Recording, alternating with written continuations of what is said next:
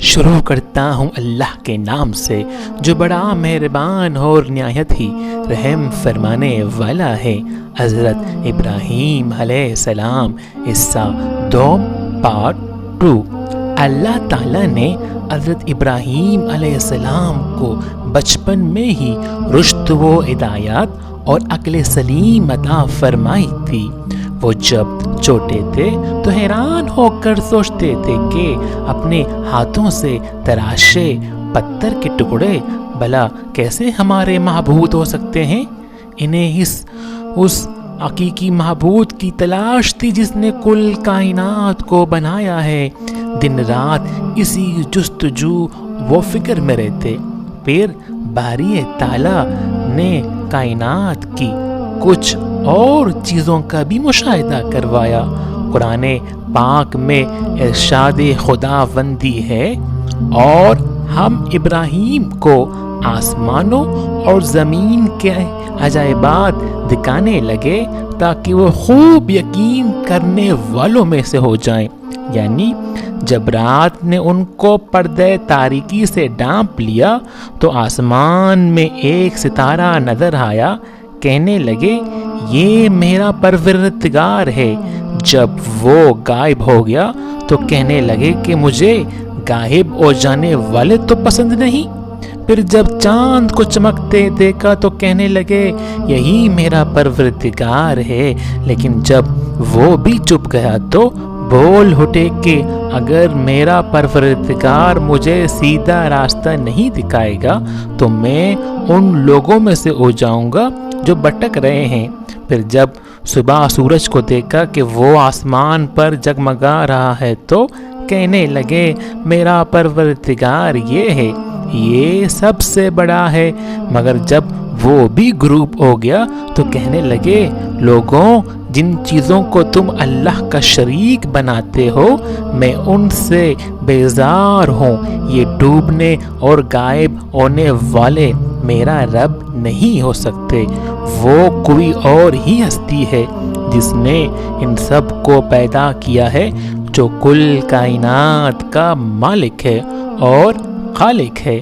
میں نے سب سے یکسو ہو کر اپنی ذات کو اس کی طرف متوجہ کر لیا ہے جس نے آسمانوں اور زمین کو پیدا کیا ہے، اور میں مشرکوں میں سے نہیں ہوں۔ سورۃ الانعام آیات 75 تا 79۔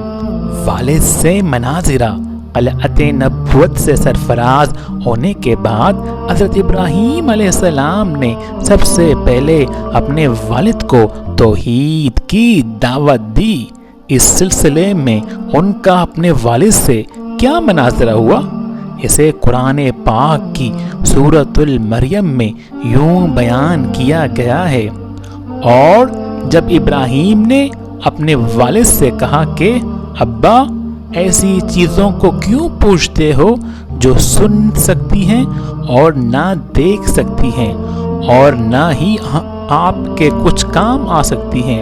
ابا جان، مجھے ایسا علم ملا ہے جو آپ کو نہیں ملا، تو آپ میرے ساتھ ہو جائیے، میں آپ کو سیدھی راہ پر چلا دوں گا۔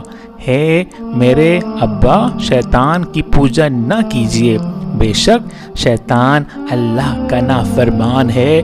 ابا، مجھے ڈر لگتا ہے کہ آپ کو اللہ کا عذاب نہ آ پکڑے تو آپ شیطان کے ساتھی ہو جائیں گے۔ سورۃ المریم آیات 42 تا 45۔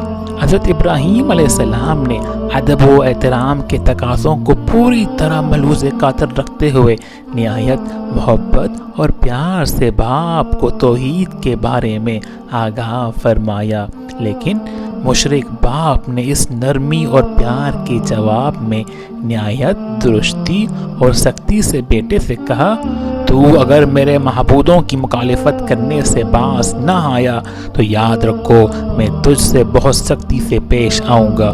قرآن کریم میں ہے، آزر نے کہا، اے ابراہیم، کیا تم میرے معبودوں سے برگشتہ ہے؟